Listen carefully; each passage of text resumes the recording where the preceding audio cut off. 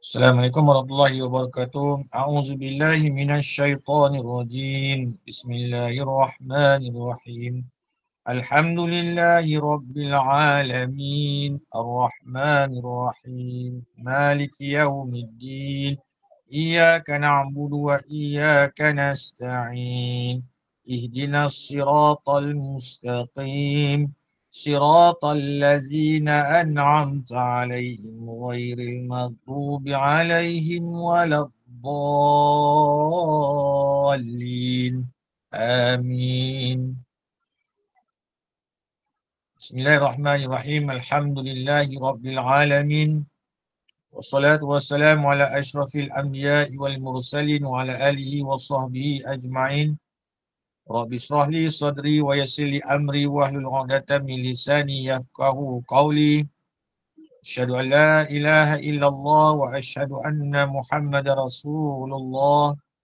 رضيت بالله ربا وبالإسلام دينا وبمحمد صلى الله عليه وسلم نبيا ورسولا. اللهم صل على سيدنا محمد وعلى آله وصحبه وبارك وسلم والحمد لله رب العالمين. اللهم فقهنا في الدين وعلمنا التأويل. Yang dihormati pengurusi majlis, Tuan Ustazah Maskiah dan juga pengurusi Gembanur Iman dan Bunda Akiyah dan juga yang dikasihi oleh Allah Subhanahu Wa Taala, muslimin muslimat, mukminin dan mukminat, datuk-datuk, datin-datin, para guru, para doktor dan juga para asatizah, jemaah Gembanur Iman, ibu-ibu dan ayah-ayah yang dirahmati oleh Allah Subhanahu Wa Taala. Jadi alhamdulillah, syukur kita dikurniakan nikmat, maknanya nikmat selepas iman, selepas Islam, nikmat kehidupan adalah nikmat yang terbesar untuk kita ni, yang mana Allah berikan kita nyawa, Allah berikan kita kehidupan, Allah berikan kita nafas, dan semua kurniaan yang Allah berikan kepada kita ni wajib untuk kita balas. Wajib kita balas dengan kita adalah bersyukur kepada Allah Subhanahu Wa Taala, wajib hukum dia. Dan sesiapa yang tidak membalas segalanya akan dihukum oleh Allah Subhanahu Wa Taala. Dan kita ingat, ni amaran daripada Allah Subhanahu Wa Taala, akan dihukum mereka yang tidak bersyukur kepada Allah. Segala nikmat yang Allah kurniakan, Allah akan hukum. Mereka yang diberikan peringatan, Allah berikan peringatan dalam Quran, Allah berikan peringatan melalui Rasulnya, tetapi mereka tidak endahkan dan tidak bersyukur kepada Allah, dan semua tu Allah akan membalasnya. Kerana apa? Itu adalah salah satu tanda kita ni engkar kepada Allah. Tanda kita tak nak ikut perintah Allah. Perintah Allah ni bukan setakat semayang, bukan setakat perkara-perkara yang wajib untuk disuruh. Ni bersyukur ni adalah perintah Allah. Wajib sebenarnya. Nak menandakan kita ni hamba Allah. Kita ni bukan siapa-siapa. Kita ni orang Islam, orang yang beriman. Wajib hukum. Jadi kita kena ingat, jangan sampai kita ni disampaikan diazab oleh Allah Subhanahu Wa Taala. Allah bagi kita azab, Allah hukum kita, baru kita nak sedar berkenaan dengan apa yang kita lakukan ni adalah betul ataupun tidak betul. Dan jangan sampai kita ni Allah dah palingkan rahmat Allah tu daripada kita. Allah palingkan rahmat. Kita tak nak. Bismillahirrahmanirrahim. Dalam Quran, dalam surah Al-Muzammil ayat ke-8, sebelum kita nak masuk kitab kita pada muka surat 95, kita sentuh sikit ayat Quran yang mana wazkurisma rabbika wa tabattal ilaihi tabtila, dalam surah Al-Muzammil ayat ke-8, yang mana yang bermaksud, dan sebutlah, ingatlah dengan lidah dan hati akan nama Tuhanmu terus menerus siang dan malam. Allah jelaskan dalam Quran, serta tumpukanlah amal ibadat kamu kepadanya dengan sebulat-bulat tumpuan. Allah suruh kita, maknanya lidah kita ni dan hati kita ni terus menerus ingat kepada Allah siang dan malam. Dan kena tumpukan segala amal ibadat kita ni kepada Allah dengan sebulat-bulat tumpuan. Tuan-tuan, puan-puan, ibu-ibu dan ayah-ayah yang dikasihi Allah Subhanahu Wa Taala, Allah memerintahkan kita agar sentiasa mengingatinya. Allah suruh kita ingat kepada Allah. Nampak ayat ni? Allah suruh kita ingat kepada Allah sepanjang siang, sepanjang malam. Sepanjang siang kita, sepanjang malam kita ingat kepada Allah Subhanahu Wa Taala dan sentiasa mengingati Allah, maka kita akan sentiasa merasai pengawasan Allah, pemerhatian Allah tu, perhatian Allah, perhatiannya Allah ni kepada kita, pemantauan Allah. Apabila hati melupakan Allah, maka mudah untuk benih-benih maksiat ditanam oleh syaitan laknatullah dalam kehidupan kita. Mulalah syaitan masuk dalam hidup kita. Mulalah syaitan masuk dalam diri kita. Mulalah syaitan, dia buat hasutan-hasutan pada diri kita, membisikkan perkara-perkara yang jahat. Kena ingat, syaitan ni dia akan bisik perkara yang jahat untuk kita buat. Dia jadikan kita ni hamba Allah yang derhaka. Bukan setakat kita menjadi derhaka kepada Allah, kita menderhaka kepada orang sekeliling kita, dalam keluarga, kepada pasangan, mak ayah, kepada orang lain, menjadi kita derhaka. Jadi syaitan dia akan masuk, dia membisikkan kita, dia menghasut kita. Sebab memang ada dalam Quran, syaitan ni punca utama. Tadi anak saya dia tanya, Abah, Papa, jin ni apa Papa? Wah, anak kita dah pandai, dia nak tahu jin ni apa. Papa, syaitan ni apa? Papa, iblis ni apa? Dah kita kena terangkan pula ni. Jin ni apa dia? Allah terangkan jin ni. Apakah syaitan ni? Apakah iblis ni? Jin ni ada terbahagi kepada dua. Ada yang jin Islam, ada jin yang tidak Islam, yang kafir, laknatullah, yang direjam oleh Allah Subhanahu Wa Taala. Anak pandai. Dia tanya. Jadi apabila kita lupa kepada Allah, akan mula benih-benih benih-benih yang ditanam oleh syaitan dalam hati kita. Yang tak nampak, kita tak nampak kerana kita tak sedar benda tu. Kita tak sedar perkara yang berlaku pada diri kita. Kadang-kadang kenapa kita tiba-tiba marah tak tentu hala, marah tak tentu pasal, ataupun kita mengamuk tak tentu hala, ataupun kita hilang kawalan pemikiran akal yang waras. Bahaya. Jadi kena berhati-hati dalam kehidupan, kita kena balik kepada Islam. Baru hati kita ni akan menjadi lembut. Dan menawarkan segala racun-racun dalam diri kita. Kita kena cepat tawar racun dalam diri kita. Kalau tidak habis, rosak, binasa semua. Dapat penyakit pun dapat penyakit. Tak tenang diri. Gelisah, gundah gulana disebabkan apa tu? Benih-benih syaitan untuk kita melakukan dosa-dosa yang kita tak perasan. Dosa yang kita tidak nampak.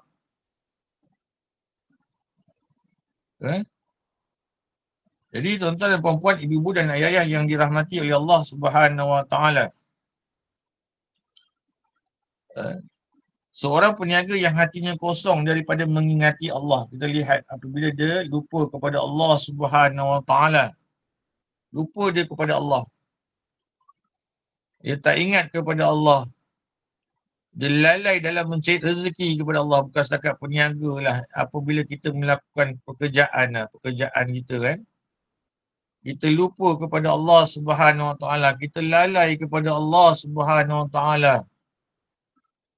Kita lihat bagaimana perkara ni boleh, maknanya dia akan menjadi cenderung untuk menipu demi mendapat keuntungan yang sebanyak-banyaknya. Ini contohnya.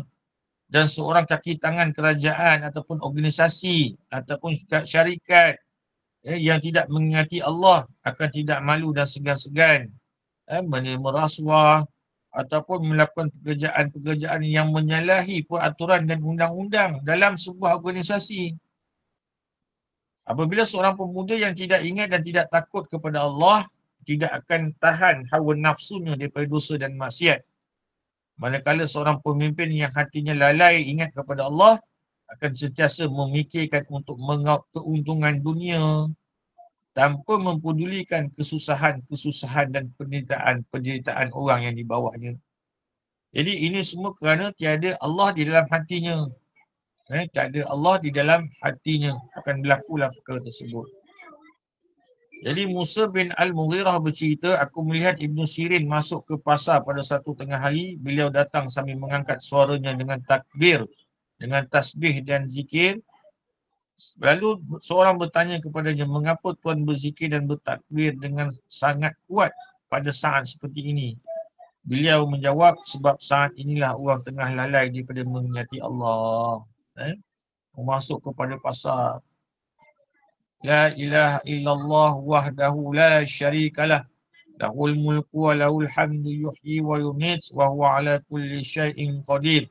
Memang ada dalam hadis Nabi SAW apabila kita masuk ke dalam pasar, sekarang ni ada mall dan sebagainya, kita kena ucapkan kalimah tersebut untuk mengelakkan daripada, sebab tempat jual beli ni banyak perkara-perkara dosa dan syubhat. Jadi untuk kita membaca doa bila kita nak masuk pasar, baca la ilaha illallah wahdahu la syarikalah. Lahul mulku wa lahul hamdu yuhyi wa yumit wa huwa ala kulli syai'in qadir. Masuk pasar ataupun masuk mall ataupun masuk tempat-tempat yang ada urusan jual beli supaya kita selamat daripada perkara-perkara yang boleh melalaikan kita, yang boleh melakukan ada perkara-perkara pembaziran dan sebagainya, kita boleh selamat daripada perkara-perkara tersebut. Kemudian ini menunjukkan selain kita wajib mengingati Allah, pada masa yang sama juga kita mesti mengingatkan dan menyedarkan orang lain daripada lalai dan leka dengan dunia sehingga melupakan Allah. Seumpama Imam Ibn Sirin tadi, diingatkan semua orang tentang Allah. Subhanallah, walhamdulillah, wa la ilaha illallah, Allahu akbar. Lalu beliau berjaya mengingatkan orang yang telah lalai. Dalam surah Al-Jumu'ah yang ke-10. فَإِذَا قُضِيَتِ الصَّلَاةُ فَانْتَشِرُوا فِي الْأَرْضِ وَابْتَغُوا مِنْ فَضْلِ اللَّهِ وَاذْكُرُوا اللَّهَ كَثِيرًا لَعَلَّكُمْ تُفْلِحُونَ. Sadaqallahul Azim. Kemudian setelah selesai sembahyang, maka bertebaranlah kamu di muka bumi untuk menjalankan urusan masing-masing.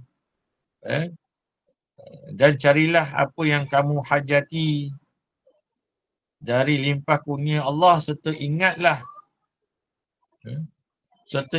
akan Allah banyak-banyak dalam segala keadaan supaya kamu berjaya dunia dan akhirat. Surah Al-Jumu'ah ayat yang ke-10. Boleh lihat bagaimana Allah menjelaskan perkara tersebut. Kemudian terlalu banyak perkara di dunia ini yang melalaikan kita, yang kita menyebabkan kita lalai daripada Allah Subhanahu Wa Taala, sehingga kita banyak lupa kepada Allah Subhanahu Wa Taala. Jadi maknanya kita wajib memastikan seluruh anggota keluarga kita, terutamanya hati kita ni, kena ingat kepada Allah Subhanahu Wa Taala. Kena ingat. Dan sentiasa takut dan gerun akan ancaman-ancaman daripada Allah SWT seperti azab Allah, dan pastikan kita sentiasa ingat kepada Allah SWT. Kerana itu puncanya. Tak ada lain dan tak ada bukan. Kita tengok bagaimana sekarang ni macam-macam jadinya. Macam-macam yang terjadinya. Macam-macam. Kena berjaga-jaga dan berhati-hati dalam kehidupan dunia. Dan kita kalau nak selamat, tak ada lain dan tidak bukan dengan mengingati Allah Subhanahu Wa Taala saja yang akan menyelamatkan kita ni. Kita sambung pada muka surat 95, yang mana kat sini di mana roh berada setelah keluar daripada jasad. Malaikat akan bawa kita daripada pintu langit pertama, kedua, ketiga, keempat, kelima dan yang keenam. Kita akan dibawa dan pintu tersebut akan tanya nanti malaikat yang bawa kita ni, siapa kita ni, siapa orang ni. Wahai ini, siapa dia? Maknanya yang akan membuatkan pintu terbuka ni apabila kita melakukan kebaikan kat dunia ni, yang mana Allah redha dan juga Allah merahmati kita ni. Dan kita dapat faham antaranya adalah orang yang menjaga semayangnya, kemudian orang yang selalu mendermakan hartanya di jalan Allah, yang apa dia, orang selalu apa dia, sentiasa berpuasa, menjaga diri dia daripada perkataan keji dan makanan yang diharamkan. Kemudian orang yang menunaikan ibadah haji dan umrah dengan ikhlas, orang yang selalu istighfar kepada Allah SWT, sedekah tanpa pengetahuan orang lain dan menanggung beban anak-anak yatim, dia cek anak yatim, dia taja. Ya? Dan seterusnya, mereka yang sentiasa menyuruh berbuat baik dan mencegah perbuatan yang mungkar, memuliakan fakir miskin. Itu kena dapat lihat. Itu perkara-perkara itu adalah amalan yang kita kena buat tadi. Highlightkan. Yang mana yang di kitab, highlightkan apa ni, apa yang saya sebut tadi tu. Highlightkan. Itulah amalan-amalan yang kita boleh bawa untuk memudahkan kita melalui langit-langit pintu-pintu tu. Melalui pintu-pintu tu. Jadi para malaikat membawa pemuda tersebut ke Sidratul Muntaha dan memberi salam serta kabar gembira tanpa henti-hentinya. Lalu penjaga pintu yang di sana berkata ke pemuda tersebut, "Selamat datang wahai si fulan yang sentiasa melakukan amalan soleh demi mengharapkan keredaan Allah." Jadi kalau kita nak melalui segala halangan-halangan tersebut, tidak lain dan tidak bukan hanyalah dengan amalan yang soleh yang kita lakukan dalam dunia. Apabila kita telah meninggal, sakaratul maut datang kepada kita, dah tak boleh kita nak buat apa-apa kebaikan dalam kehidupan kita. Yang hanya kita boleh buat adalah menjerit, meronta untuk diminta dihidupkan kembali untuk melakukan kebaikan. Dah tak boleh dah. Allah dah tidak bagi. Tak bagi dah nak buat kebaikan, tak bagi dah nak buat amalan-amalan apa semua. Jadi yang kita kena adab adalah kita adab lah. Dengan itu. Kita kena adab.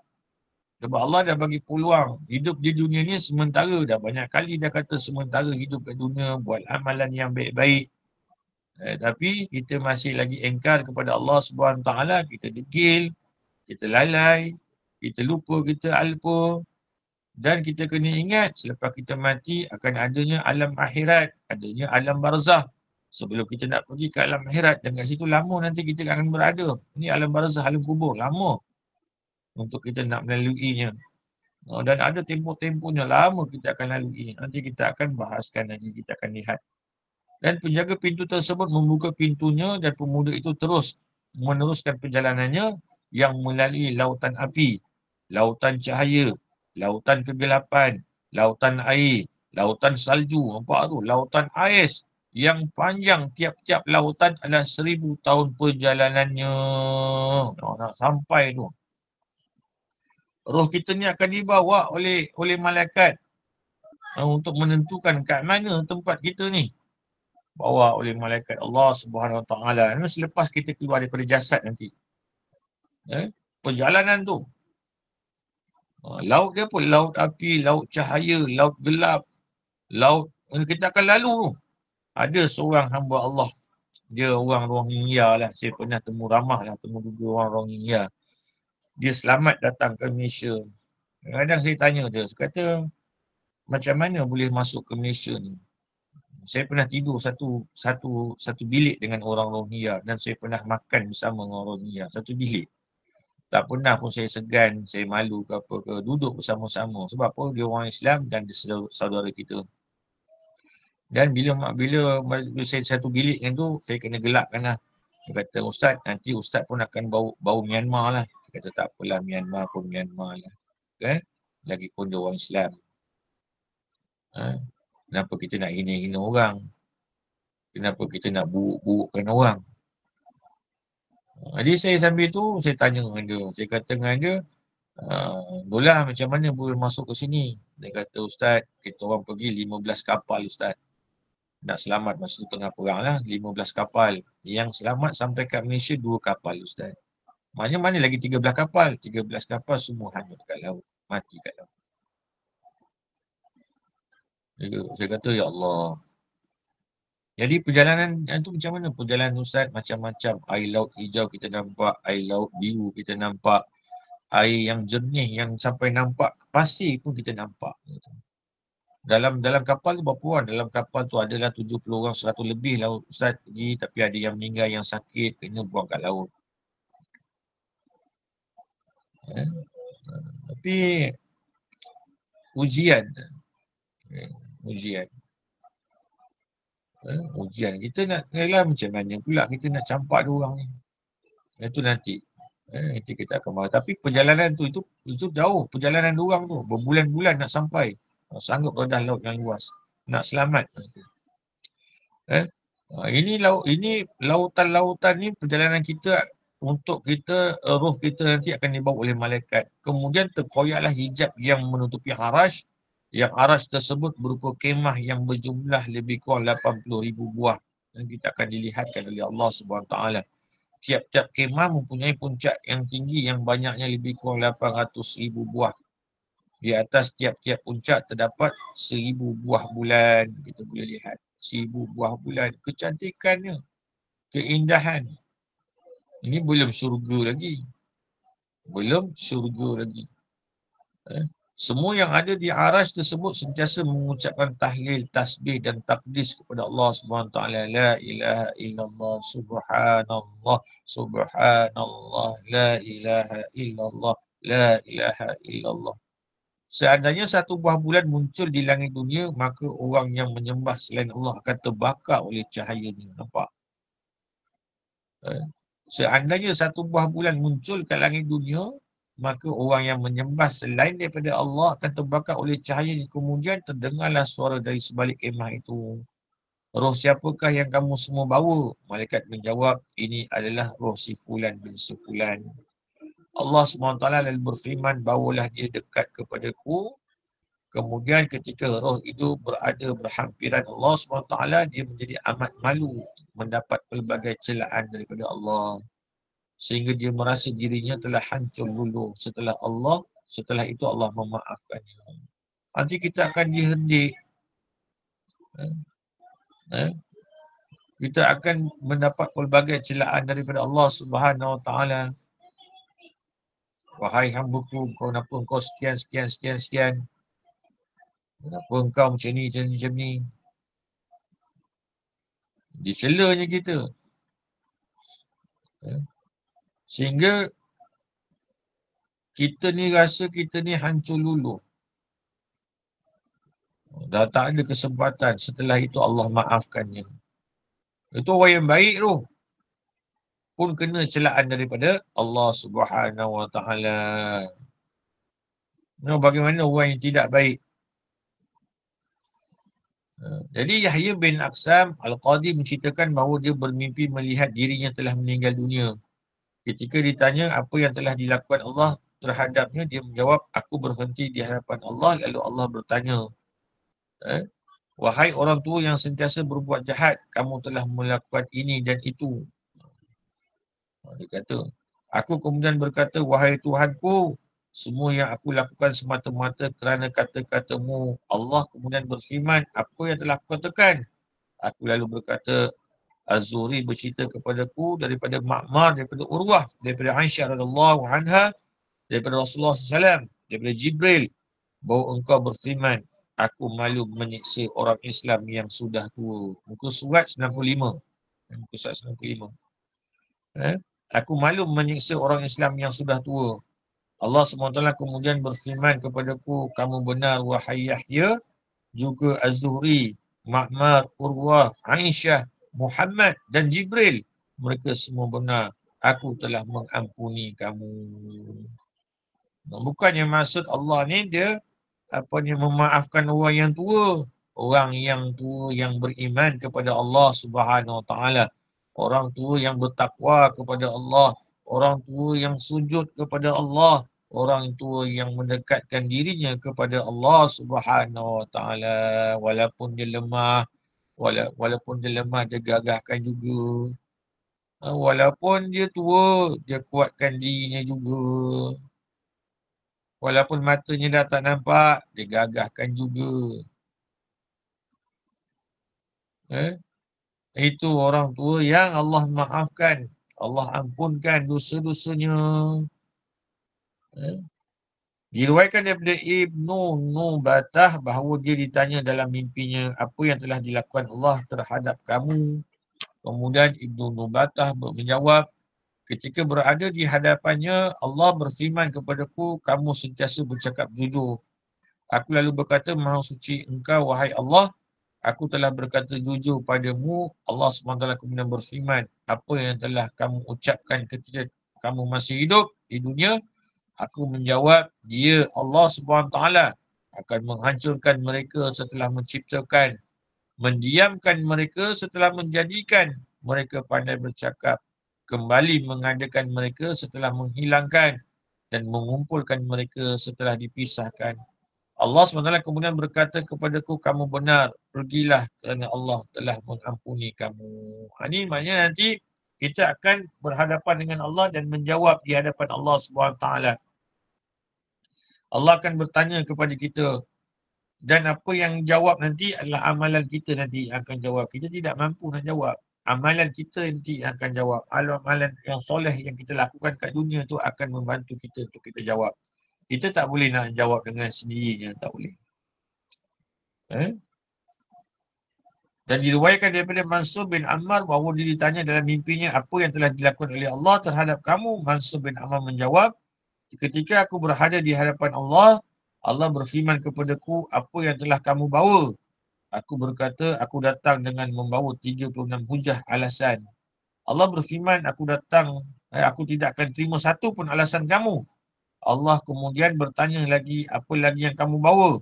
Aku menjawab, aku datang kepadamu dengan 360 kali khatam Quran. Allah berfirman, aku tidak akan menerima itu. Allah kemudian bertanya lagi, apa lagi yang kamu bawa? Aku jawab, aku tidak membawa apa-apa, tetapi aku datang kerana kamu, ya Allah. Kamu telah tiba di hadapanku, sekarang pergilah kerana aku telah mengampunkan segala dosa-dosa kamu. Nampak tak? Segala amalan kita kalau kita bawa tanpa Allah ampunkan, Allah rahmat, Allah redha, Allah terima segala amalan kita, barulah kita ni diampunkan. Selagi mana tu janganlah harap kita buat perkara-perkara tu dapat masuk surga, dapat ampun daripada Allah. Maknanya buat. Ada seorang hamba Allah ni saya jumpa, pangkat dia datuk lah, saya jumpa dia. Lepas semayang, dia semayang. Lepas semayang, dia semayang sunat. Tapi lepas subuh tak boleh semayang sunat. Lepas asar, tapi dia semayang. Dia kata, Tok, Atuk semayang apa Tok? Saya semayang qadha, Ustaz. Masa saya sihat dulu, kerja dulu, banyak saya tinggal semayang. Jadi saya qadha kan. Setiap kali semayang, saya qadha. Maghrib ke, isyak ke, zuhur ke, asar ke, subuh, saya qadha kan. Saya pun termenung. Kata hebat Datuk. Mudah-mudahan Allah ampunkan dosa kita. Kita banyak tinggal semayang. Jadi kita gantikan balik. Kita qadhakan balik. Jangan malu. Jangan kita segan untuk kita gantikan balik. Pelan-pelan kita gantikan balik. Angkat tangan kita. Angkat tangan kita. Allahu Akbar. Takbir. Ucap kepada Allah Ta'ala. Kadang-kadang kita malu. Kadang-kadang kita banyak dosa. Tetapi jangan malu dan jangan kita segan kepada Allah. Tapi malulah kerana kita tak minta ampun kepada Allah. Tetapi kita malulah kita tak minta taubat kepada Allah. Malulah kita. Sedangkan Allah Maha menerima taubat. Kalau kita taubat kepada Allah, kita akan jadi hamba Allah yang paling mulia di sisi Allah Subhanahu Wa Taala. Penting ya taubat. Kemudian ada yang ketika sampai di Al-Kursi, dia dikembalikan semula di sebalik hijab. Di antara mereka ada yang berjaya menemui Allah dan mereka itulah yang hanya mengenal Allah Subhanahu Wa Taala. Dia macam mana Ustaz bertemu dengan Allah secara zahir tu? Tak ada. Dia macam ni. Dia seperti mana Nabi Musa Nabi Musa dengan Allah Subhanahu Wa Taala. Kita tak tahu kalau kita nanti, maknanya kita letakkan, oh Allah ada kat Sidratul Muntaha. Allah ada kat Arash. Tidak. Kita kena faham. Jangan kita salah tafsirkan berkenaan dengan apabila kita berhadapan dengan Allah SWT. Apabila di syurga, ya di syurga. Di syurga, ya. Untuk ahli sunnah wal jamaah, memang itu kesepakatannya, di syurga kita akan bertemu dengan Allah Subhanahu wa Ta'ala. Dan kita tidak mengatakan kita bertemu Allah di kat syurga pula.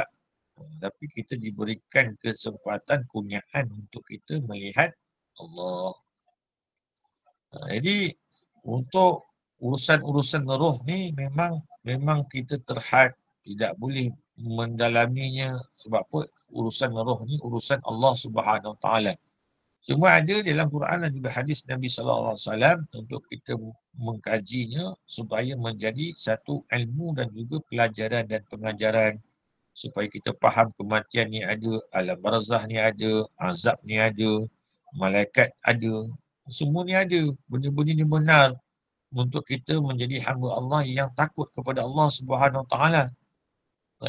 Itu sebabnya kita mengaji ni, kita kena ada ilmu, kita nak kena faham. Nanti kita takut kita ngaji, kita tak faham. Supaya kita tahu apa yang ada di sana ni nanti, apa yang kita nak lalui nanti, apa yang kita akan hadapi nanti apabila kita meninggal.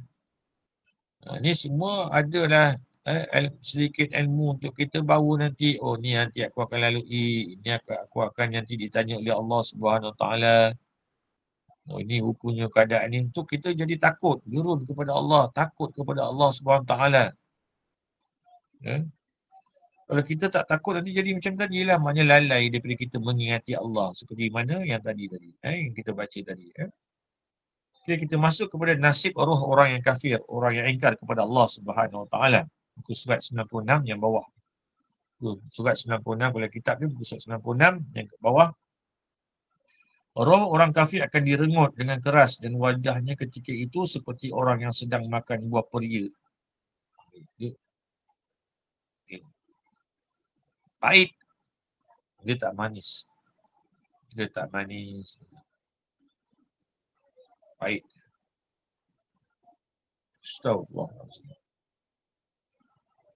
Astagfirullahaladzim. Takutlah kita. Keluarlah wahai jiwa yang kotor, yang berada dalam jasad yang kotor. Dia bentak kita, jerit kita. Malaikat jerit kepada kita. Keluar. Wahai jiwa yang kotor. Keluar kau. Yang berada di dalam jasad yang kotor. Orang kafir lalu menjerit melebihi kuatnya jeritan keledai. Jerit. Jerit. Setelah Israel mencabut rohnya, roh tersebut diserahkan kepada malaikat Zabaniyah. Malaikat Zabaniyah yang mengheret kita nanti. Na'udzubillah, janganlah sampai malaikat Zabaniyah heret kita, tak nak kita. Dengan wajah yang amat seram, yang pakaiannya serba hitam, dengan bau yang busuk, datang malaikat Zabaniyah, heret kita, cekik kita. Di tangannya ada satu cemeti yang akan dipukul kepada orang kafir mengikut dosa yang dilakukannya. Dia sebatnya kita, degil. Jerit kita, Allah. Allah. Dia sebat kita tu dengan cemeti tu. Dia heretnya kita. Malaikat Zabaniyah melipat jasadnya sehingga seperti sebesar belalang.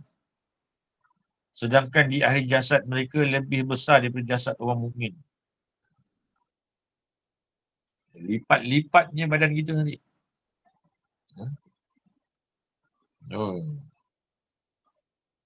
Dia lipat-lipatnya badan kita. Macam mana? Kita pun tak tahu. Ya harap janganlah, tak naklah kita. Tak nak kita dengan malaikat Zabaniyah. Janganlah kita jumpa malaikat Zabaniyah. Dalam riwayat sahih dinyatakan bahawa geraham orang kafir di akhirat besarnya seperti gunung Uhud. Malaikat kemudian membawa orang-orang kafir tersebut sampai ke langit dunia. Lalu diketuklah pintu yang terdapat di sana. Penjaga pintu tu kemudian bertanya, siapakah kamu? Aku adalah Dakya'il, utusan malaikat Zabaniyah. Penjaga pintu itu kemudian bertanya, siapa yang bersama kamu ni? Dia adalah si Fulan bin si Fulan yang namanya amat buruk dan amat dibenci ketika di dunia. Memang buruk namanya. Orang pun tak suka. Dibenci dengan perangainya. Malaikat kata apa? Penjaga pintu pun tersebut kemudian berkata, tak ada kemudahan dan kegembiraan untuk kamu. Tak ada. Tak boleh dah masuk dah. Tak ada kemudahan, kegembiraan untuk kamu. Susahlah untuk kau. Susah. Dalam Quran surah Al-A'raf yang ke-40, innal ladzina kazzabu biayatina wastakbaru anha la tufattahu lahum abwabus sama' wa la yadkhulunal jannata hatta yalijal jamalu fi sammil khiyat. Wa kadzalika najzil mujrimin. Shadaqallahul azim. Sesungguhnya orang yang mendustakan ayat-ayat kami dan menyombongkan diri terhadapnya sekali-kali tidak akan dibukakan bagi mereka pintu-pintu langit dan mereka pula masuk surga sehingga unta masuk ke dalam lubang jarum. Demikianlah kami memberi pembalasan kepada orang yang buat kejahatan. Jangan. Apa malaikat mendengar ayat tersebut, maka orang kafir itu jatuh dari tangannya. Jadi jangan kita membuat satu keburukan, balas pula keburukan orang. Jangan. Itu semua hasutan syaitan. Jangan. Orang munafik sama ke cara dengan orang yang kafir. Dia munafik pun sama juga. Dikenakan. Semua adalah dia punya balasan-balasannya. Adalah tingkatan-tingkatannya. Adalah azab-azabnya. Eh, Tadi kat sini ditunjukkan A'udzubillahi minasyaitonirrajim. Hunafa'a lillahi ghairu musyrikin bih. Wa man yushrik billahi faka'annama kharra minas sama'i fatakhtafuhu at-tayru aw tahwi bihi ar-rihu fi makanin sihiq. Dengan ikhlas kepada Allah, tidak mempersekutukan sesuatu dengan dia. Barang siapa mempersekutukan sesuatu dengan Allah, maka seolah-olah dia jatuh dari langit lalu disambar oleh burung atau diterbangkan angin ke tempat yang jauh. Macam dihumbankan kita ni sejauh-jauhnya. Dicampakkan kita ni sejauh-jauhnya. Dicampakkan, dihumbankan, dibaling kita ni. Dibalik. Roh tersebut terus ditangkap oleh malaikat Zabaniyah semasa dia sampai di bumi. Kemudian dimasukkan ke dalam penjara daripada batu karang yang amat keras. Yang di sana juga dimasukkan roh orang yang melakukan kejahatan. Jangan. Ya Allah ingatkan mereka yang tak habis-habis untuk berbuat jahat tanpa ingat kepada Allah. Dan diingatkan pun masih lagi melawan kepada Allah. Jangan. Sebab azab dia nanti, balasannya nanti kat dunia memang kita tak nampak. Tetapi di akhirat betapa bebannya kita nanti. Itu sebab kita kena merasai, kita kena takut. Kita kena meresapi perkara ni. Rohani kita kena dapat rasakan.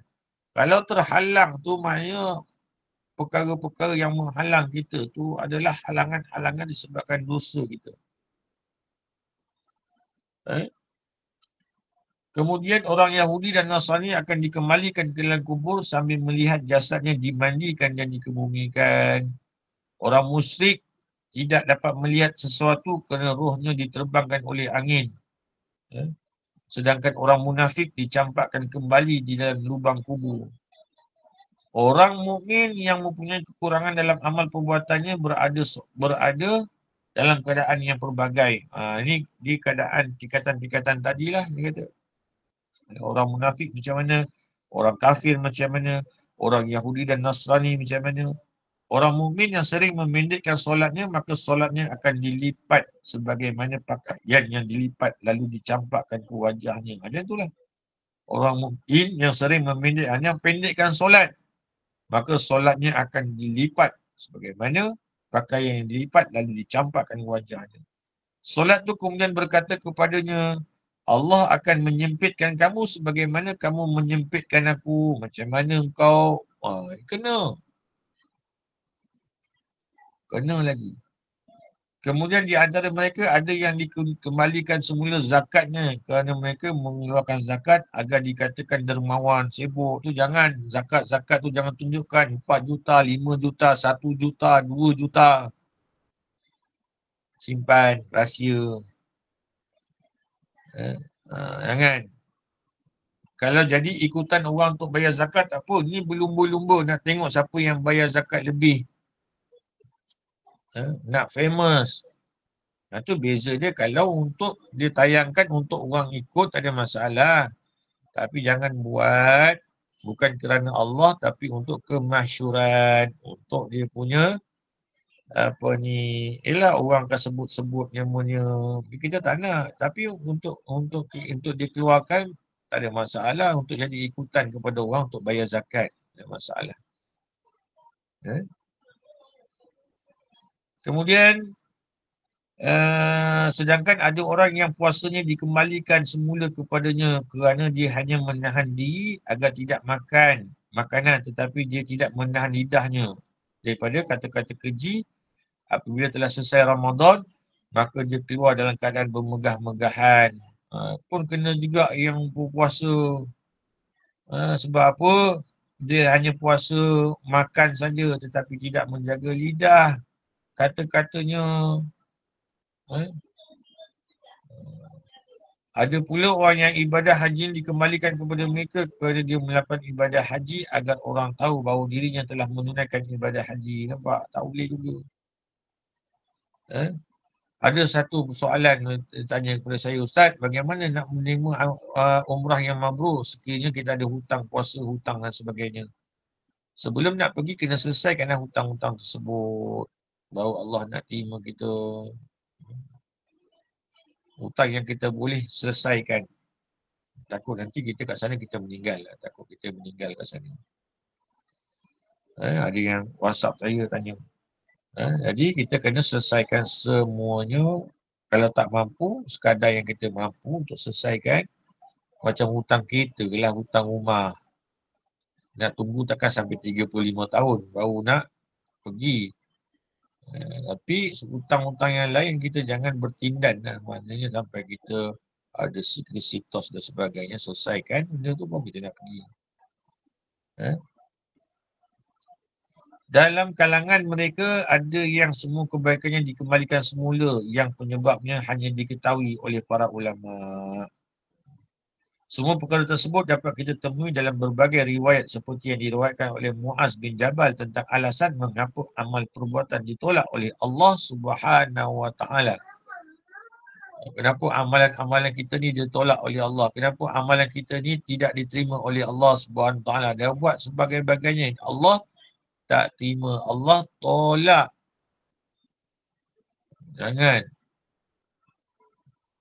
Jangan jadi penyebab amalan ditolak. Sedih nanti kita. Sedar, tak ada apa yang aku bawa. Tak ada apa yang aku bawa. Jadi kita tak nak sebegitu. Jadi yang seterusnya, roh akan duduk di sebelah kepalanya semasa jasadnya dimandikan sehingga selesai. Meninggalnya kita, roh akan duduk di sebelah kita. Kita tengok pengurusan jenazah kita. Siapa yang uruskan jenazah? Siapa yang memandikan kita? Siapa yang mengkafankan kita? Siapa yang menguruskan jenazah? Roh kita ni akan kat luar ni tengok. Oh, orang ni yang uruskan, orang ni yang memandikan, yang memakai kain batik lepas kepada aku, yang membacakan Quran untuk aku. Nampak roh tu akan nampak dia kita. Roh tu tengok dia kita, terima kasih datang wahai si fulan. Terima kasih datang, wahai abangku, wahai kakakku, wahai iparku, wahai cucuku, wahai saudara maraku. Nanti dia nampak kita ada kat sebelah. Dia tengok kita, ya betul, nanti nampak. Dia nampak, kita pun nanti macam tu. Kita mati nanti kita nampak. Kita nampak isteri kita nampak suami kita. Terima kasih, wahai pasanganku, wahai isteriku, wahai suamiku. Nanti kita akan nampak betapa sayangnya pasangan kita kat kita masa kita meninggal. Nampak? Meninggalnya pasangan ni memang pedih. Meninggal pasangan amat pedih. Tapi kita kena minta kepada Allah SWT, Allah kurniakan kekuatan kepada kita. Allah berikan kekuatan, Allah berikan kesabaran. Kadang kita tak tahu kita ni bila Allah panggil kita. Kadang-kadang bila kita dengan pasangan, kita kena sehabis baik mungkin. Buat yang terbaik, ibu-ibu dan ayah-ayah, para jemaah Nurul Iman, buat yang terbaik. Ustaz kalau dah meninggal Ustaz, pun boleh buat baik, doakannya. Ustaz kalau dah kahwin lain Ustaz, pun boleh buat baik, sedekahkan untuknya, bacakan tahlil untuknya. Boleh, tak ada masalah. Sebab apa? Sebab semua tu akan dibalas kepada kita. Semua apa yang kita buat dunia ni Allah akan balas sebaik-baiknya. Itu yang kita harap. Kemudian, apa roh tu kata? Roh tu kata, cepat bawa aku.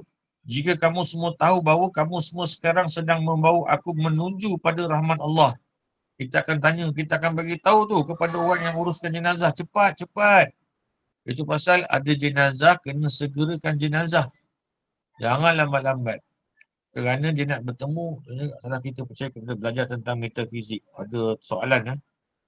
Cikgu Ustaz, saya teringin nak bertanya, salahkah kita percaya dan belajar tentang metafizik? Waalaikumsalam.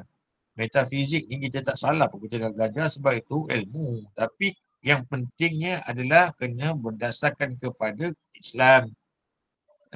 Bersandarkan kepada Islam, kepada Quran, kepada Sunnah. Ada setengah dia berdasarkan, dia belajar metafizik kepada metafizik saja. Sedangkan kajian dalam sains pun banyak yang belajar kepada Islam. Yang seperti mana sebelum ni kita lihat. Yang mana dalam sains, dia tengok orang nak meninggal ni dia tengok, rupanya otak kita ni akan berjalan. 7 minit ke 10 minit sebelum kita nak meninggal nanti, roh kita, yang lain sudah mati ni, yang ditidurkan. Kan orang dah tidur kan, semua dah mati, tinggal nak matikan oksigen tu, otak kita ni akan berjalan. Berjalan kenapa? Berjalan dia akan pergi throwback apa yang pernah kita lakukan. Dalam Islam, dalam Quran, dalam Sunnah memang ada. Allah akan putarkan apa yang kita lakukan dalam dunia yang kita buat. Nampak? Jadi ada yang nak engkar lagi. Jadi tak salah kita nak belajar tentang ilmu sebagainya, ilmu fizik, ilmu sains sebagainya. Ini ada dalam TikTok live. Sambil saya buat live Gemar Nur Iman online, sambil tu saya buat live TikTok. Ada yang tanya dekat live TikTok. Jadi saya jawab. Dan untuk mudah sama-sama kita dapat manfaat dan kongsikan ilmu. Kemudian, dia suruh kita cepat suruh untuk kita nak bawa untuk menuju rahmat Allah, nak mendapatkan pengampunan daripada Allah Subhanahu Wa Taala. Nak dapat pengampunan. Apabila dia mendapat berita bahawa dia akan diseksa, maka dia akan berkata, tunggu sebentar. Jika kamu semua tahu bahawa kamu semua sekarang sedang membawa aku menuju kepada siksa kubur, dia suruh lambat-lambatkan. Jangan. Ketika dia telah dimasukkan ke dalam kubur lalu ditimbun, maka tanah akan berkata kepadanya, bahawa dulu kamu bersenang-senang di atas belakangku, tetapi sekarang kamu ketakutan berada di dalam perutku, dalam tanah.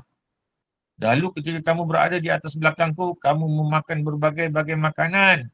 Tetapi sekarang di dalam perutku, kamu akan dimakan oleh ulat-ulat.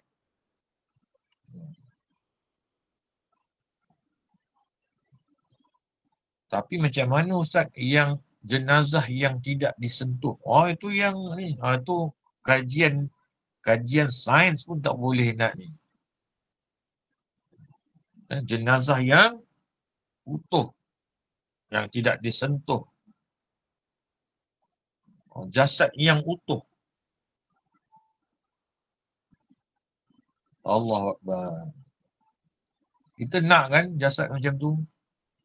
Kita nak kan kita dapat kurniaan yang macam tu? Siapa yang tak nak? Semua nak. Jadi kan itu impian kita. Kemudian pertanyaan yang mencela dan menghina si mati akan terus dilontar sehingga kubur selesai diratakan. Untuk orang yang engkar kepada Allah. Dicela sampai kat kubur pun orang mengatakan benda yang buruk tentang dia. Apabila orang mengata buruk tentang kita dekat dunia, kita kat alam barzah tu kita sebenarnya kita telah disiksa. Orang cakap buruk kat atas, disiksa kita. Cakap buruk kena siksa. Dia kemudian dipanggil oleh seorang malaikat yang dipanggil dengan nama Ruman. Malaikat Ruman, dialah yang pertama kali menemui mayat apabila telah dimasukkan ke dalam kubur. Malaikat Ruman nanti akan jumpa kita apabila kita telah dimasukkan kubur. Tu pasal baca talqin ni hukum dia sunat. Sunat tu kita membacakan talqin. Baca talqin ni untuk 70% kepada mereka yang hidup, 30% untuk mereka yang mati. 30% mengandungi doa, bacaan Quran, tahlil untuk si mati. 70% diingatkan, wahai si fulan. Kan dia nak dengar dah pun, dah tak dengar, dia dah kat kubur dah pun. Untuk kita ni merasakan takut. Untuk kita rasakan kita pun berada dalam kubur. Untuk merasakan kita ni ada dalam kubur. Ingatlah kamu telah berada di alam barzah. Untuk kita rasakan kita ni ada dalam alam barzah. Sebentar nanti datanglah malaikat. Sebentar lagi kamu akan tinggal berseorangan. Akan pergilah semua ahli keluarga kamu, isteri kamu, anak kamu, adik-beradik, saudara mara, jiran tetangga. Akan meninggalkan kamu dan kamu akan berseorangan. Wahai si fulan, si fulanah.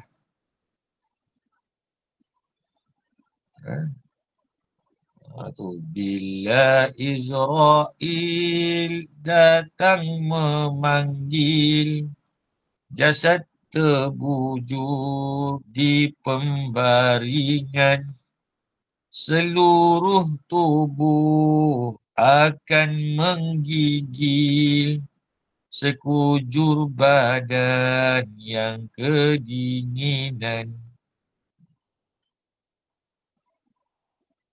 Jadi kita harap kita mati dalam keadaan yang baik. Kita tak nak kita mati dalam keadaan kita tak baik. Kita harap, kita nak jenazah kita diuruskan dengan sebaik yang mungkin. Sebaik yang mungkin. Pasangan kita mandikan kita. Pasangan kita mendoakan kita. Tuan-tuan dan perempuan, ibu-ibu dan ayah-ayah yang dikasihi Allah SWT, layanilah yang terbaik untuk mereka yang kita sayang. Apabila tak ada, tak ada. Tak ada kan? Kita dah tak ada dah, tak dapat dah. Saya kehilangan ahli keluarga, saya dapat rasa atuk, nenek, pakcik tu, semua saya dapat tangan uruskan. Dapat tangan uruskan, tangan kita ni uruskan. Saya kecil-kecil dulu memang mak saya akan panggil saya, Long uruskan. Long pergi. Saya pun pergi. Kecil-kecil ikut arwah atuk. Pergi kenduri tahlil, baca Yasin dengan tahlil. Tak sangka pula alhamdulillah boleh memimpin bacaan Yasin dengan tahlil. Anak pun saya bawa. Anak saya bawa Sufian, Safwan bawa. Isteri pun saya bawa. Dan saya ajar.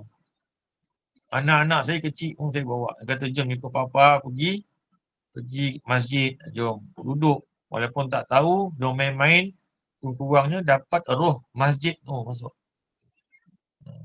Orang rumah pun saya bawa. Ahli keluarga saya pun bawa. Mentua pun saya bawa. Pak mentua, mak mentua pun saya bawa. Kadang ada orang cakap apa ada kat masjid. Tapi setakat ni Alhamdulillah tak pernah pun tinggal. Kadang-kadang ada. Ada apa kat masjid tu? Ya Allah. Tapi jangan mengalah. Jangan sesekali mengalah dalam mengajak kebaikan ahli keluarga. Sebab apa? Kita bawa mereka nak ke syurga Allah Subhanahu Wa Taala. Sama juga yang semua ni. Jangan untuk diri kita je. Jangan untuk diri kita. Kita untuk ahli keluarga. Lepas kita dapat ilmu, kita sampaikan kepada ahli keluarga. Memang mula-mula memang ada cabaran, ada ujian dan dugaan. Tetapi insya-Allah kata-kata tu dia orang akan ingat apabila kita dah tak ada. Dah tak ada nanti dia akan ingat. Dia akan sedar apa yang kita lakukan hanyalah kerana Allah, kerana sayangnya kita kepada keluarga kita. Sayangnya kita kepada keluarga kita, kasihnya kita kepada keluarga kita.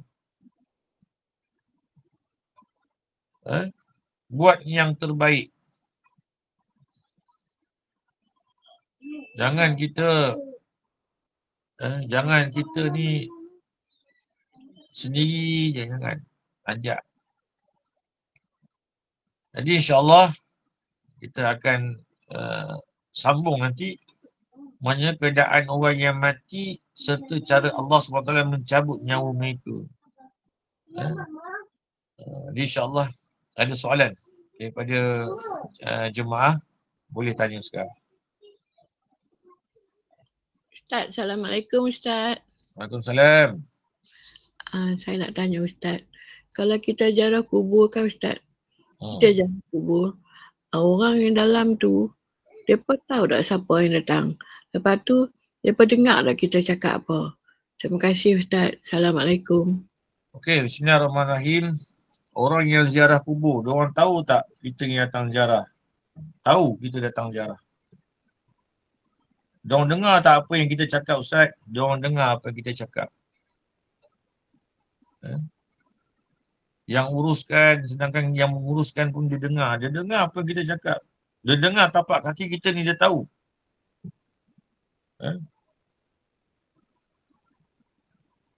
Dia dengar orang yang siapa datang, dia tahu. Tapak kaki kita kat luar tu, nak masuk kubur dia tahu. Ini siapa yang datang. Dia boleh tahu kehadiran orang yang datang. Sebab apa? Malaikat akan beritahu, ni suami kau datang, ni anak kau datang, ni sahabat kau datang, ni abang kau datang ni. Ni adik kau datang ni. Malaikat akan beritahu ni ada orang nak datang jumpa kau ni.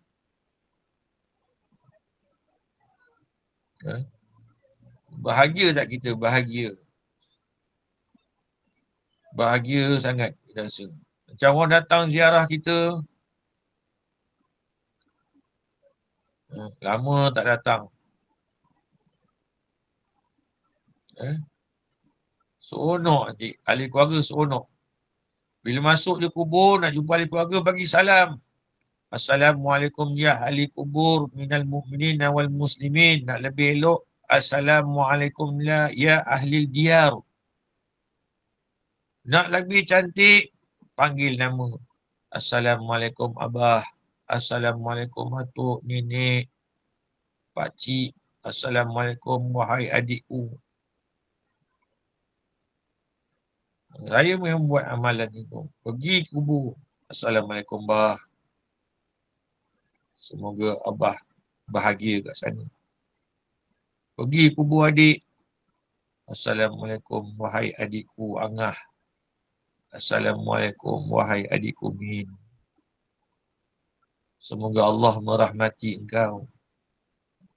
Semoga Allah ampunkan engkau.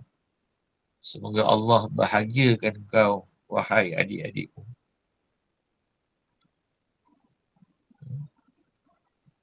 Jangan takut. Semoga Allah pertemukan ahli keluarga kita. Kelak nanti aku pun akan pergi menemui Allah. Dan kelak nanti aku akan bersama-sama dengan kalian semua. Ha? Jadi memang kita akan dapat tahu. Sedekah kita, amalan yang baik kita buat, dia akan tahu. Dia akan tahu apa yang kita buat kat kubur kita. Terima kasih. Jadi insyaAllah. Ada apa lagi soalan? Assalamualaikum Ustaz. Waalaikumsalam. Macam mana kalau hak jenis kita tak pergi kubur tapi hari-hari kita baca Quran, niat sedekah, yasin ke, baca macam-macam. Kita tak pergi kubur maksudnya. Dalam untuk niat. Niat okey sampai. Pun sampai juga seperti mana ada satu hadis Nabi SAW berkenaan dengan bacaan Fatihah, bacaan salamnya didengari oleh ahli kubur. Dan memang sampai ke segala kebaikan yang kita buat. Dia amal kebajikan, doa, kemudian ilmu yang bermanfaat sampai kepada ahli kubur tersebut. Ada yang mengatakan tidak sampai. Ini salah. Ini sampai perkara tersebut dan digalakkan untuk kita buat sebagai satu amalan soleh. Ada satu hamba Allah ni, dia memang amalkan. Setiap kali ada kematian, dia akan menghatamkan 30 juzuk Quran. Bila ada kematian, dia akan. Sebab dulu masjid-masjid dengan surau, dia akan maklumkan, Assalamualaikum warahmatullahi wabarakatuh. Hari ini ajal jenazah nombor sekian-sekian akan diuruskan hari ini. Dulu kan tak ada WhatsApp. WhatsApp tak ada pun semua tak ada. Jadi masjid akan mainkan peranan untuk pakai announce di masjid dengan surau. Sekarang kita dah mudah. Ada media sosial, ada handphone yang canggih apa semua. Kecanggihan, senang. Semua satu dunia boleh dapat. Jadi bila begitu ada hamba Allah ni memang dia buat amalan macam tu. Dia akan hatamkan Quran. Dengar je kat masjid, rumah di sebelah masjid, dia akan hatamkan Quran, hatamkan Quran, hatamkan Quran. Apa dia boleh meninggal, Allah muliakan dia. Allah muliakan dia dengan dia diuruskan dengan beribuan orang datang ke masjid untuk diuruskan. Tak tahu tiba-tiba ada orang soleh, ulama' datang. Pelik. Ulama' boleh datang. Dia disembayang kebetulan macam ni. Kebetulan ada ulama' tengah bagi kuliah dekat masjid tu. Ada ulama' tengah bagi kuliah ke masjid tu. Penuh orang datang mengaji. Dia meninggal dan dia disemayangkan oleh ulama' tersebut. Sedangkan dia duduk seorang-seorang. Anak jauh-jauh, saudara mara jauh-jauh.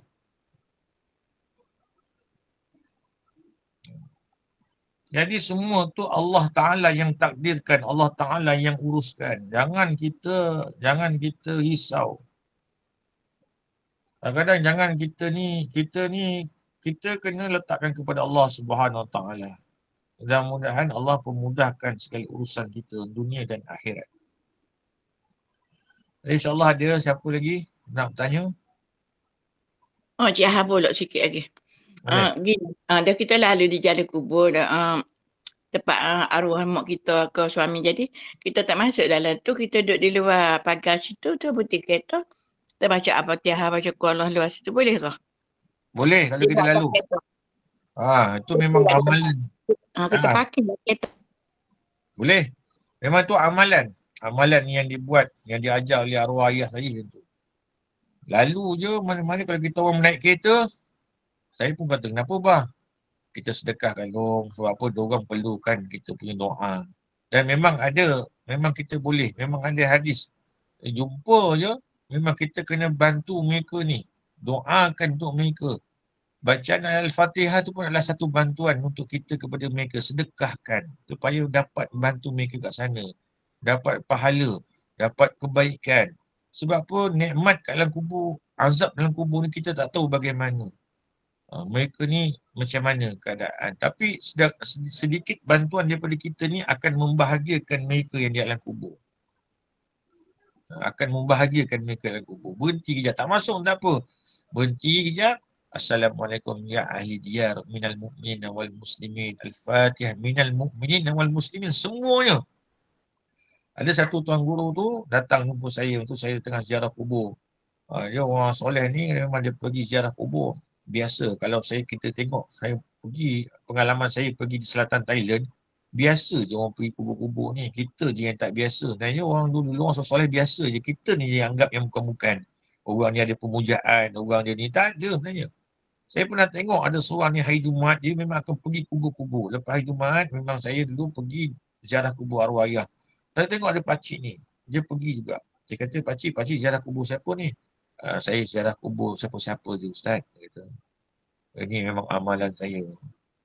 Kampung saya bukan kat sini, tapi amalan saya supaya saya nak biasa-biasakan kubur, supaya nanti saya dapat biasa-biasakan alam barzah nanti. Saya terpandang pada. Saya nak biasa-biasakan saya ni berada di alam barzah nanti. Jadi memang kita kena sedekahkan. Sedekahkan bacaan tersebut. Sebab mereka memerlukan perkara tersebut. Jadi tak ada masalah kita berhenti kat luar, walaupun kita lalu. Kan kita lalu kan. Assalamualaikum ya ahli kubur. Minal mu'minin wal muslimin al-fatihah. Sampai tak? Sampai walaupun kita tu dalam jalan. Siapa yang sampaikan? Kan malaikat Allah sampaikan. Wahai sipulan-sipulan, wahai seluruh penduduk kubur. Wahai perkampungan kubur, ada orang sedekahkan untuk kamu ni semua.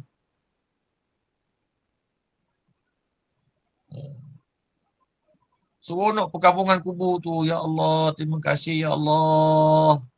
Ini bukan cerita dongeng. Bukan cerita penglipu lara. Ini memang betul. Kalau tak percaya, kalau kita mati ni kita tahu. Kadang ustaz ni nak sedap cerita je. Jangan. Ustaz ni nak sedap cerita je. Bukan sedap cerita. Ini memang betul benda ni. Cuma sebab kita ni tak mati, tak masuk dalam kubur. Tak tahu sebab apa nak diceritakan.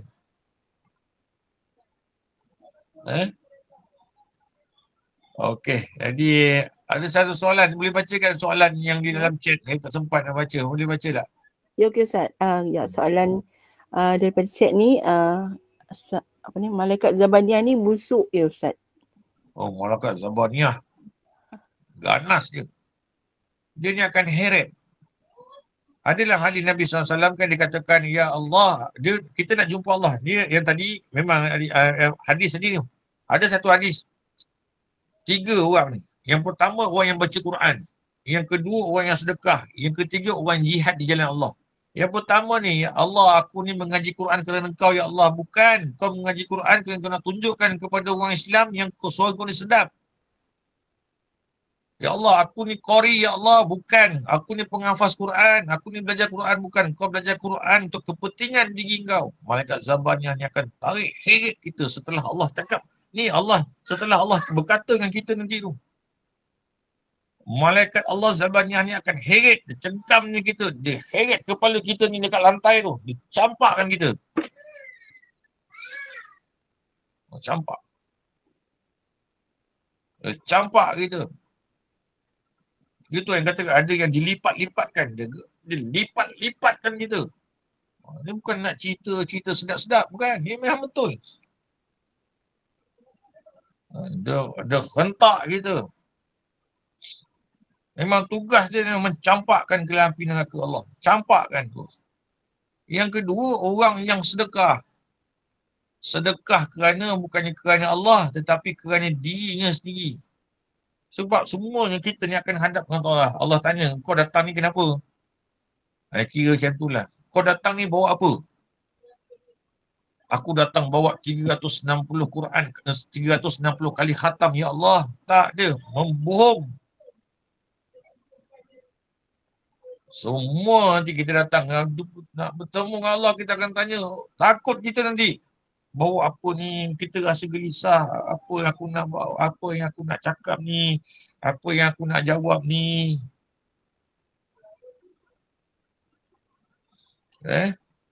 Jadi insya-Allah. Malaikat Zabaniyah ni memang malaikat yang memang dia khas ni. Dia kan dia tak ada dalam 10 malaikat yang wajib. Tetapi ada tak dia malaikat Zabaniyah? Malaikat Zabaniyah ni ada. Itu yang ada malaikat kita nak beriman secara tafsil dan juga secara ijmal.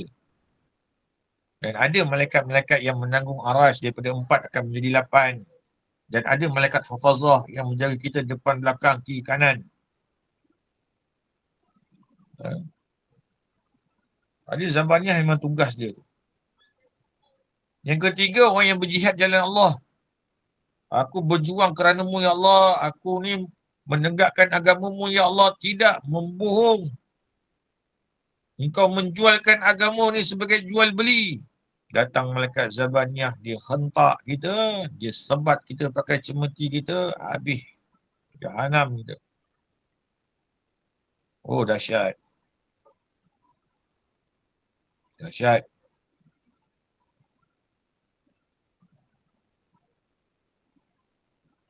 Ustaz, malaikat yang memberi layanan yang terbaik kepada jenazah, Ustaz? Malaikat yang memberikan malaikat rahmah. Malaikat rahmah ni ada dekat kita. Oh, itu malaikat rahmah akan turun beramai-ramai daripada syurga Allah. Dengar je orang meninggal, dengar je kita meninggal, orang yang meninggal, orang yang soleh meninggal, sampai disebut-sebut dekat langit. Malaikat akan sebut nama kita kat langit. Orang yang baik ni, malaikat akan sebut ramai-ramai kat langit. Wahai para malaikat, ada hamba Allah yang soleh telah meninggal. Turun beramai-ramai. Beribu-ribu malaikat turun. Membawa kain kafan daripada syurga Allah Subhanahu Wa Taala. Membawa minyak wangi kasturi daripada syurga Allah Subhanahu Wa Taala. Turun beramai-ramai untuk menguruskan jenazah.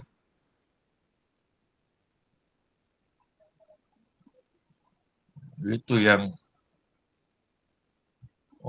itu memang kita nak dapatkan yang tu lah. Oh, hebat itu. Boleh sambung lagi soalan Ustaz? Ya. Daripada chat ni, Ustaz, orang munafik sama ke cara mati dengan orang kafir? Oh, tadi dah saya jawab. Cara mati dia ada beza azab-azab dia. Orang munafik, orang kafir, ada beza dia punya azab-azab dia. Tapi kematiannya menyakitkan, memedihkan dan mengazabkan. Seperti tadi, apabila kita lihat bagaimana orang musyrik tidak dapat melihat sesuatu kerana rohnya diterbangkan oleh angin, sedangkan orang munafik dicampakkan kembali ke dalam lubang kubur untuk disiksa dan sebagainya. Maksudnya orang mukmin yang tadi tu. Perbezaan antara orang Yahudi, Nasrani, orang musyrik, orang munafik. Dan begitu juga azab. Kesakitan, tuan-tuan dan perempuan, ibu dan ayah, kesakitan saat sakaratul maut ni memang sakit. Assalamualaikum Ustaz. Ustaz macam kafir tu kan, kafir. Kalau misal kata kafir yang memerangi Islam tu kan, dia punya cara mati sama tak? Macam kafir yang apa ni tak memusuhi Islam tu. Cara ni. Lepas tu dia perbezaan ni. Perbezaan tu Ustaz. Lepas tu saya rasa macam munafik ni lagi dahsyat Ustaz. Sebab dia berpura-pura kan. Dia macam Islam, dia dekat luar. Tapi dalam dia bukan tu. Dalam hati dia memusuh Islam. Saya rasa munafik lagi dahsyat dia punya apa ni dia. Dan tadi dia kata roh musyrik tidak dapat melihat sesuatu kerana rohnya diterbangkan oleh angin. Yang ni disambar seperti mana disambar oleh burung. Sedangkan orang munafik ni dicampak kembali ke dalam kubur. Tak boleh naik pun tak boleh.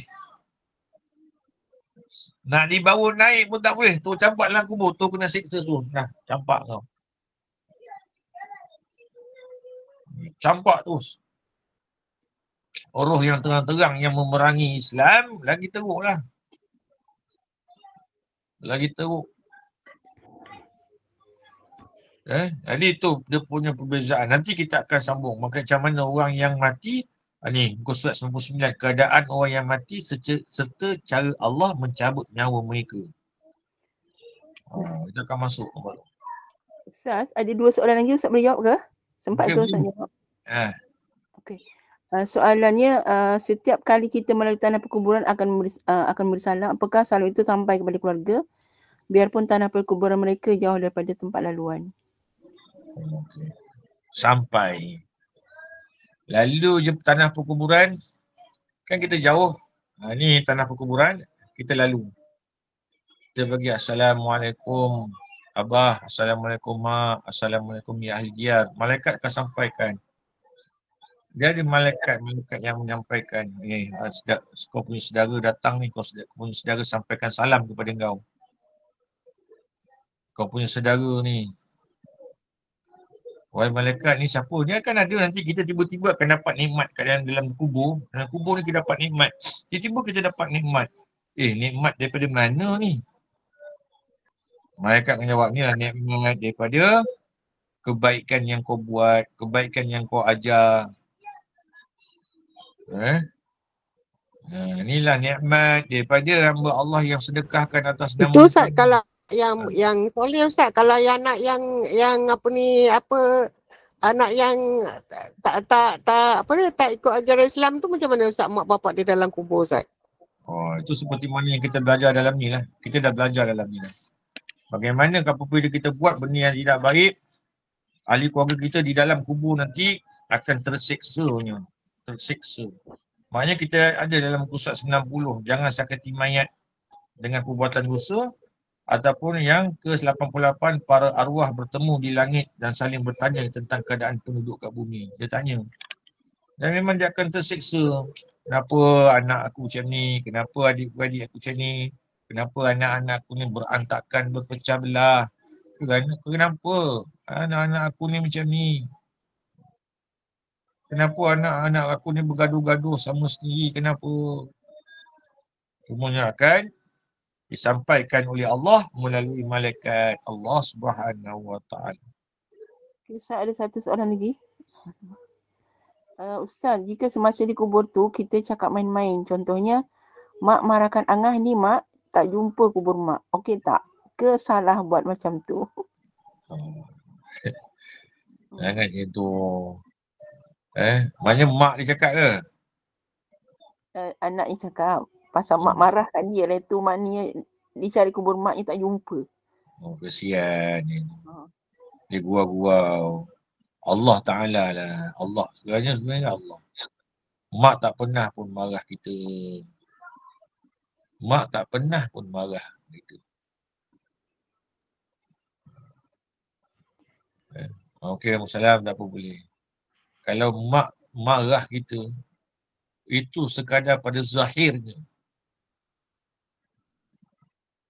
Pada zahirnya. Tak ada mak dalam dunia ni yang marah kepada anak. Tak ada. Kalau dia marah tu secara zahirnya, tetapi secara batinnya, secara rohaninya, dia pasti akan mengampunkan. Kena ingat itu, kena pegang itu. Dalam ni semua mak-mak, semua ibu-ibu. Walaupun pernah marah sekalipun, tetapi pengampunannya besar. Takkan kita tak pernah marah anak, mesti pernah marah anak. Tetapi ampunnya besar. Lepas marah mesti nangis kita. Lepas marah mesti sedih. Lepas marah mesti doakan balik. Ya Allah, ampunkanlah anak aku ni, Ya Allah. Tak pernah. Kalau mak terasa dengan anak, mak mesti maafkan. Betapa banyaknya mak yang terasa dengan anak. Ramai tak? Ramai. Tetapi tiap-tiap malam mesti diampunkan anak dia. Ampunkan anak dia. Walaupun anaknya buat perangai, buat benda buruk, buat benda yang tak elok, tetapi mak tetap maafkan. Mak maafkan Angah-Angah, mak maafkan Long, mak maafkan kakak, mak maafkan abang, mak maafkan adik.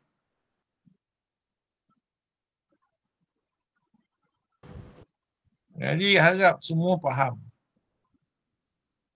Baru-baru ni ada seorang kata, Ustaz ada mak dengan ayah lagi, ayah dah tak ada, mak ada. Ustaz, saya dah tak ada dua-dua lagi Ustaz. Nangis dia. Datuk jangan nangis Datuk, nanti saya pun nangis. Dia kata saya ni nak pergi umrah Ustaz. Saya lupa nak bawa mak dengan ayah. Nak bawa mak dengan ayah pergi umrah. Masa saya kaya, saya sihat, saya lupa nak bawa mak ayah saya, Ustaz. Sekarang saya nak pergi, saya nak tebus balik, saya nak buat umrah untuk dia. Tak apa, Datuk, tak apa. Semalam sampai nak semayang tertinggal. Jumpa. Tak apa. Jadi buat yang terbaik. InsyaAllah. Sedih saya dengar tadi. Mak marahkan Angah ke mak. Allahuakbar. Sedih dengar. Itu anak yang baik, anak yang soleh. Kita bila datang kubur mak ayah kita, Allah akan catat. Allah akan jadikan kita ni anak yang soleh. Walaupun kita ni jahat, walaupun kita jahat, Allah dah tak pandang dah. Allah tu cakap kau ni anak yang soleh. Kau ni anak yang buat baik kepada mak ayah. Terus. Datang di kubur mak ayah, kita terus dicop sebagai anak yang soleh. Cop. Tak adalah cop macam tu. Tetapi telah maknanya diiktirafkan.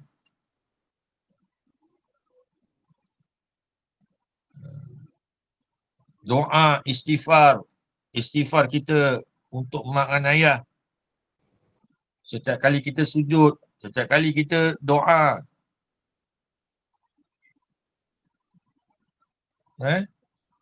Jadi insyaAllah buat yang terbaik.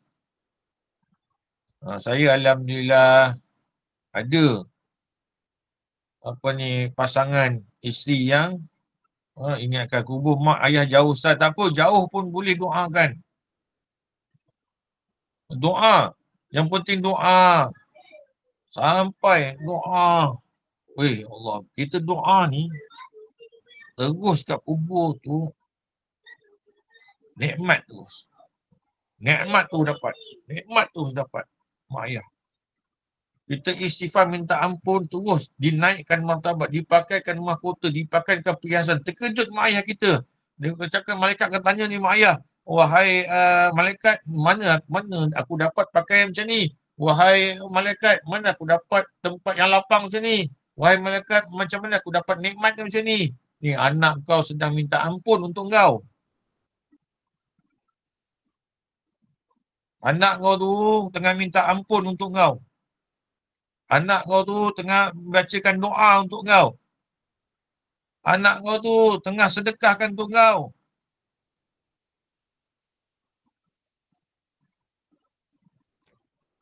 Jadi insyaAllah. Ini Ustaz, kita katalah dalam kat dunia ni kan, ada orang tu ramai anak lah Ustaz.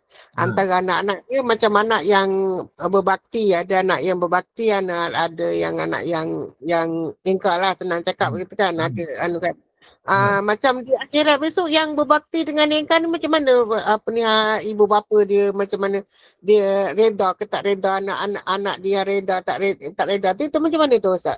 Macam di dunia ni macam ada anak ramai, ada anak yang berbakti, ada anak yang tak peduli muak bapak kan. Jadi kalau misal kata di akhirat besok macam mana tu Ustaz? Okey, jadi macam ni, anak ramai. Ada anak yang berbakti, ada anak yang tidak berbakti. Itu benda tu berlaku dalam kehidupan kita. Ada anak-anak ni yang tak tahu tentang mak ayah dia. Ada. Dan itu memang berlaku dalam keluarga. Dan kat situlah nanti yang mana yang berbakti kepada mak dan ayah, Allah akan bagi ganjaran kepada mereka ni. Allah janji akan bagi ganjaran. Allah mudahkan hidup dia. Allah akan pemudahkan segala urusannya. Segala apa yang dia buat mudah. Walaupun hakikatnya pada pandangan mata susah. Kan ada yang sanggup berhenti kerja. Kan tengok kan dalam paper, saya sanggup tak nak sambung belajar. Tak sambung belajar nak jaga mak dan ayah. Tak bekerja. Kadang dalam kalangan adik-beradik. Sanggup berhenti kerja. Jaga mak, jaga ayah. Dan itu siapa yang pilih? Allah Ta'ala yang pilih. Allah yang pilih. Sepatutnya kita tahu kita kena berebut-rebut kan.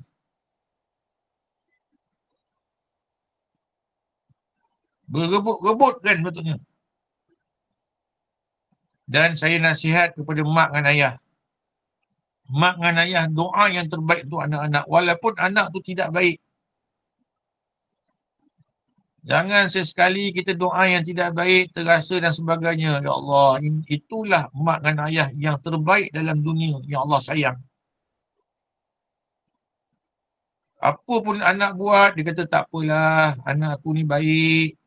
Tak apalah, anak aku ni baik.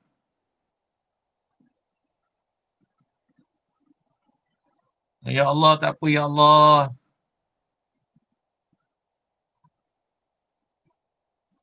Jangan. Mak dengan ayah doa. Walaupun anak yang tak baik, mak dengan ayah wajib doa kebaikan untuk anak. Kalau nak ikut terasa, semua boleh terasa. Tetapi wajib. Kita kena elakkan. Macam kita rasa kita ni anak, kita ni mak. Kita kena elak. Kita kena jadi kita ni orang Islam. Sebab apa? Konflik dalam keluarga pasti ada. Tapi kita kena jadikan kita ni orang Islam. Baru kita faham Quran, baru kita faham sunnah, baru kita faham baik, baru kita faham buruk, baru kita faham surga, baru kita faham neraka, baru kita faham pahala, baru kita faham dosa. Kalau kita ambil tempat kita ni sebagai tempat manusia yang tidak beriman, yang tak ada ilmu, yang bukan Islam, jadi macam tu. Tetapi kita meletakkan diri kita ni sebagai orang Islam, ada ilmu, ada pemahaman, ada faham, adanya surga dan neraka, kita akan elakkan perkara tersebut. Lagi satu contoh, misal kata misal kata kita ni adik-beradik kita ada yang ada adik-beradik kita ni separuh mak bapak kita dah meninggalkan harta. Ada separuh daripada adik-beradik kita ni yang tamak lah gitulah. Maknanya dia nak macam dia lah ada ramai-ramai tu ada je lah yang nak berebut pusaka lah, senang lah cakap macam tu kan. Kebanyakan sekarang lah, kebanyakan tu kan berebut kerana harta adik-beradik berkacau bilau lah kata orang kan. Habis Ustaz macam misal katalah daripada kita ni nak menganukan mak bapak kita kubur sama-sama ada kita nak apa, tapi tak saya rasa tak semua orang yang boleh nak halalkan ke apa semua kan. Itu macam mana Ustaz tu apa yang tindakan anak-anak dia yang boleh nak melepaskan seksa ibu bapa dia dalam kubur tu Ustaz. Macam mana Ustaz? Okey, saya faham. Okey. Dalam sebuah keluarga, matinya mak dan ayah. Ada adik-beradik ramai, adik-beradik berebut harta pusaka mak dan ayah. Bila mereka berebut harta pusaka mak dan ayah ni, ibu dan ayah dalam kubur tu terseksa tak? Terseksa. Sebab apa? Dalam keluarganya telah hilang salah satu rahmat Allah. Kerana berlaku perpecahan dalam ahli keluarga. Bergaduh adik-beradik disebabkan harta pusaka. Ini ada berlaku. Kadang-kadang tanah sekarang kera, kadang-kadang kedai yang kecil, kadang-kadang perkara yang kecil bergaduh adik-beradik sebabkan harta pusaka. Ada yang berlaku. Tetapi apa yang kita kena buat, itu sebab di dalam keluarga ada yang sulung, ada yang ketua keluarga, kena ada ilmu, kena ada Islam dalam diri dia, baru dia akan faham apa yang kena buat. Macam mana nak menyatukan keluarga, macam mana nak menyatukan adik-beradik. Jadi memang kita tak boleh nak elakkan, tapi cari jalan macam mana kita nak mendamaikan adik-beradik. Nak mendamaikan keluarga, macam mana kita nak mendamaikan tu paling penting, paling utama. Kita cuba, kena ada cuba, ada usaha. Cari adik-beradik yang rapat dulu. Macam mana kita nak rapatkan, macam mana kita ni pelan-pelan. Tengok pula abang ni garang pula, kakak ni pula garang. Macam mana kita nak pujuk kakak, pujuk abang. Bang, sudah-sudahlah tu. Kakak, sudah-sudahlah tu kak. Kan, untuk kita mendamaikan, mencari jalan penyelesaian yang terbaik dalam keluarga. Kena ada cara macam tu. Dia jangan biarkan sampai pula dihasut pula anak-anak buah. Anak-anak pula bergaduh. Anak-anak buah bergaduh dengan anak buah. Anak buah pula campak api. Anak buah pula tekan pula makcik. Makcik, oi jangan jadi huru-hara nanti. Jadi kena ada pendamaian, kena ada jalan penyelesaian yang baik. Boleh kita gunakan orang tengah. boleh kita cari jalan penyelesaian dalam Islam, cari ustaz dan sebagainya untuk cari jalan tengah. Jangan cari orang yang tak ada ilmu agama. Cari yang ada ilmu agama untuk selamat. Tu macam-macam sekarang jadi. Jadi kena ada sebegitu. Jadi insyaAllah semoga kita ni dipermudahkan urusan oleh Allah Subhanahu Wa Taala. Jadi apa-apa pun kita kembali kepada Quran dan Sunnah, kepada Allah Subhanahu Wa Taala. Apa-apa yang berlaku dalam kehidupan kita, kena kembali kepada Allah Subhanahu Wa Taala. InsyaAllah. Jadi jangan lupa untuk sama-sama infak kepada Gemma Nur Iman. Mudah-mudahan segala program dan aktiviti berjalan dengan lancar seperti yang dirancangkan.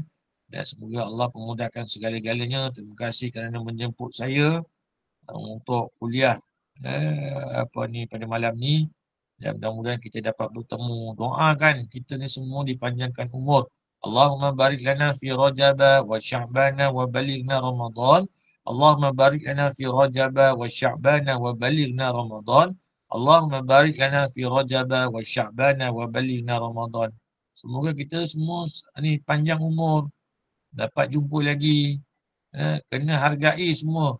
Hargai orang yang ada di sekeliling kita ni. Hargai anak, pasangan, mak ayah, adik-beradik. Hargai. Dah tak ada nanti baru kita akan tahu apa itu adalah perpisahan yang memeritkan.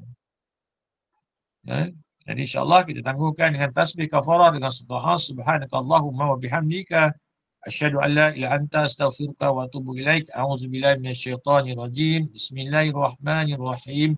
Wal 'ashr innal insana lafi khusr illa allazina amanu wa 'amilus solihati wa tawassaw bil haqq wa tawassaw bis sabr. Shadaqallahul 'azim wa billahi taufiq wal hidayah. Wassalamualaikum warahmatullahi wabarakatuh.